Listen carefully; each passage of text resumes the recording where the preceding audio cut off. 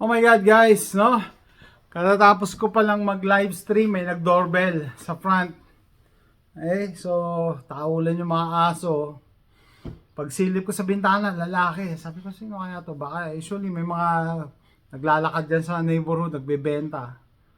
Nung paglabas ko, kita ko naka-ID, State Police. So, medyo kinabahan ako. No, hindi ko siya pinapasok. Kasi sabi ko, may mga aso Ingay, hindi kami makapag-usap So, sa labas kami nag-usap. Nakita ko lang sa ID niya na State Police Sergeant. Yan. So, naglalaro sa isip ko, ano kaya to? Tungkol ba to sa barel? Kasi, basta kalmado lang ako. Ang pumasok sa isip ko, una, hindi ko siya papapasukin. Kasi, di ba, may mga experience in the past na nagdadahilan lang sila unless pag nakapasok na sila, mahahanapan kanila ng butas. May baril ako dito, may bala, kasi nagagawa kong videos.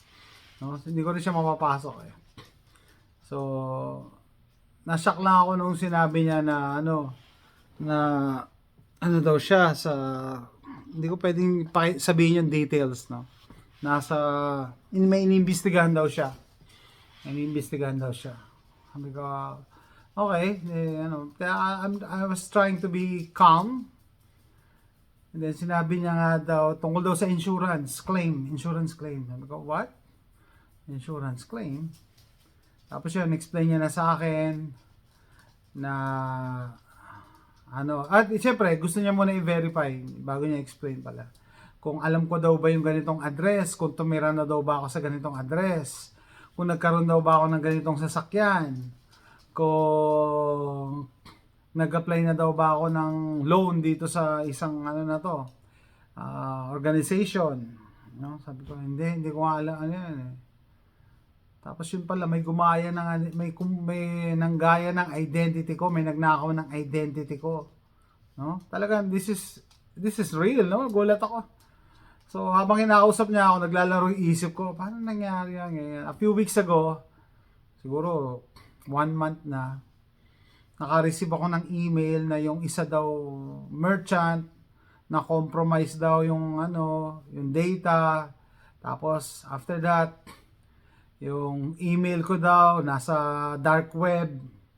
2 beses ako nagkaroon ng alert dun sa credit score ko Nasa dark web daw yung email ko. Kasi inisip ko, anong gagawin mo? Magpapalit ka lang ng email password. Tapos ito na nga, no?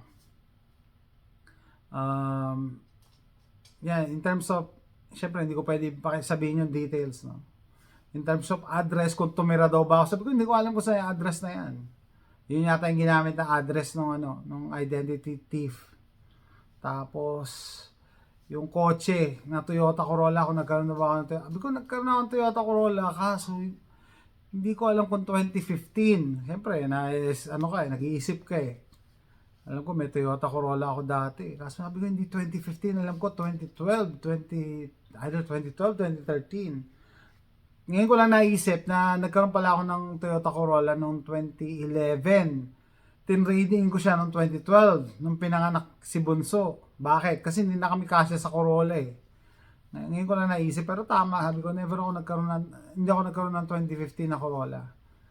So, tinanong niya ako, saan ako bumili ng kotse, kung sa dealership daw ba, or kung yung mga maliliit na kumpanya ng sabi ko, hindi, dealership. Tapos, kasi sabi niya, yung may pinanggagalingan to, ibig sabihin, nakuha nila yung information mo nakuha nila yung driver's license mo okay.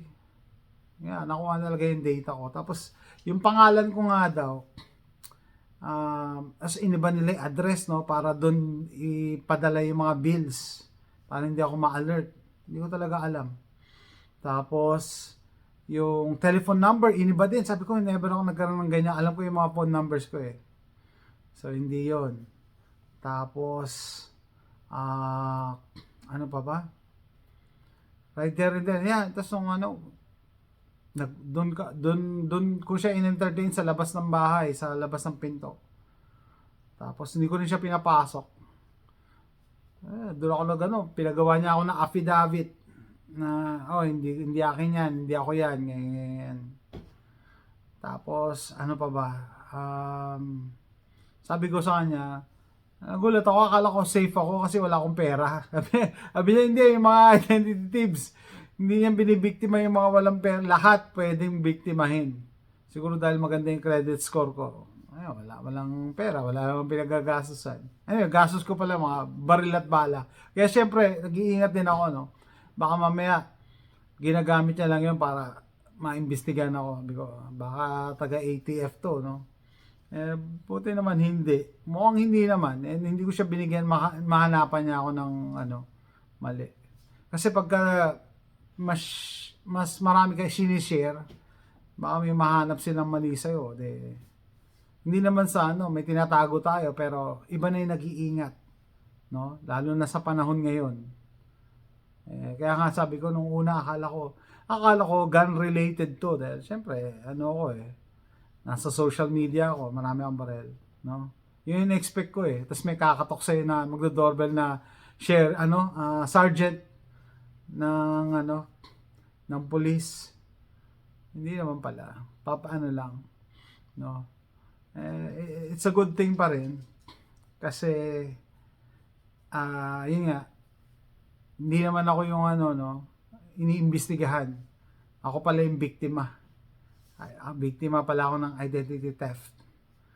So, wala, hindi mo naman talaga maiiwasan yan Paano kung yung merchant mo, yung pinagbilhan mo, nagkaroon ng breach sa data? Diba? Ang gagawin lang natin, yan nakita ko sa internet, magpalit lang tayo from time to time ng password natin sa email natin.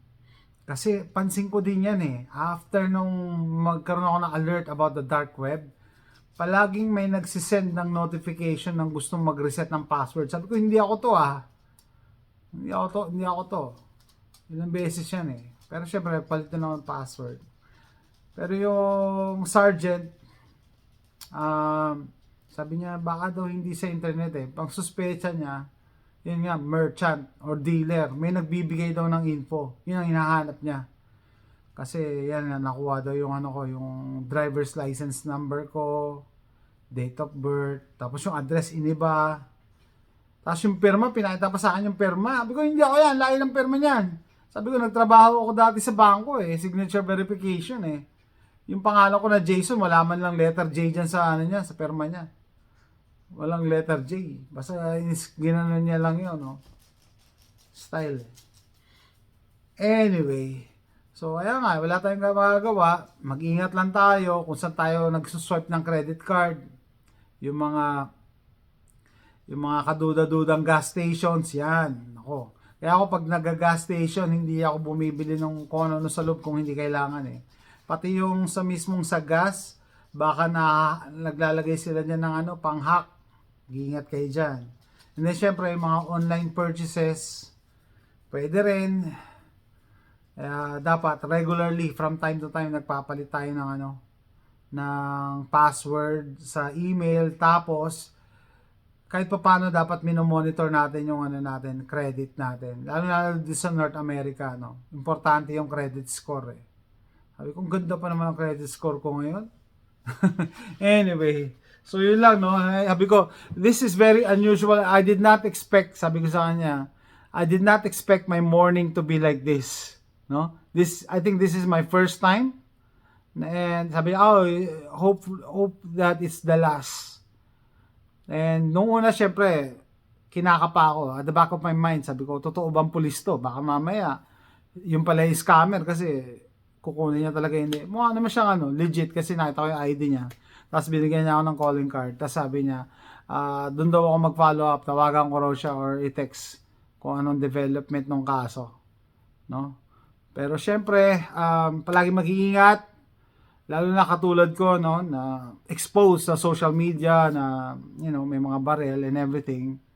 Huwag kayong basta magtiwala din kahit basta police. Kaya nga hindi ko siya pinapasok Okay lang naman doon kami sa labas. Ang excuse ko sa kanya, yung mga aso ko ang iingay, hindi kami magkakarinigan. Kasi may usap-usapan sa YouTube community, di ba? Minsan naghahanap lang sila ng paraan para mahanapan ka ng butas. Pero hopefully hindi ganun yung scenario. I think this is a case of uh, stolen identity. Sabi ko talaga, sa lahat ng nanakawin na identity, ako pa, wala akong pera. 'Di ba? Anyway, so that's it guys, in-update ko lang kayo. Nagulat lang ako talaga. Sana wag mangyari sa inyo, no? So, that's it guys. Salamat sa pag-tune in na gano'n lang ako. Nagkwento. Ito lang, very recent lang, kaalis pa lang ng police. Thanks for watching. Bye.